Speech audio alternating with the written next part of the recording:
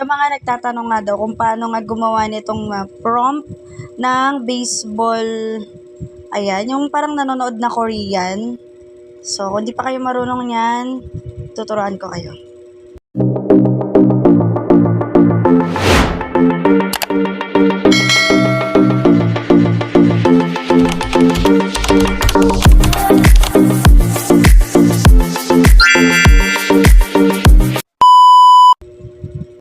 Okay, so punta kayo dito sa may Google nyo and then i-search nyo lang yung ChatGPT. Kung meron kayong Google Gemini, pwede rin sa Google Gemini and so on. Kayo na bahala.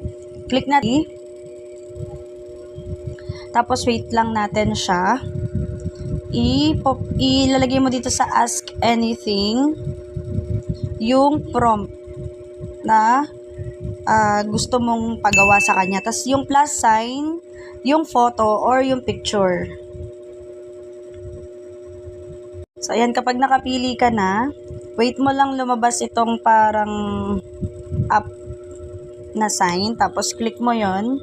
And then, ayan na, generate na niya. Nakikita nyo ba dito nakalagay? Creating image.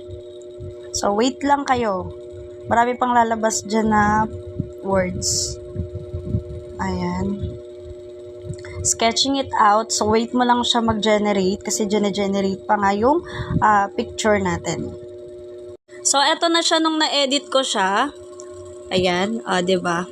Hawig din naman niya. Tapos kayo, bahala na kayo kung anong picture gusto nyo dyan na ilagay. So, click lang natin to para ma-download.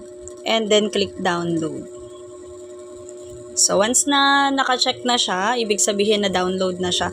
And, ganun lang kadali gumawa ng ganitong klaseng picture or yung trending picture na baseball live, ganyan-ganyan. Kung meron pa kayong gustong gawan ko ng tutorial, mag-comment lang kayo dyan sa baba. Thank you.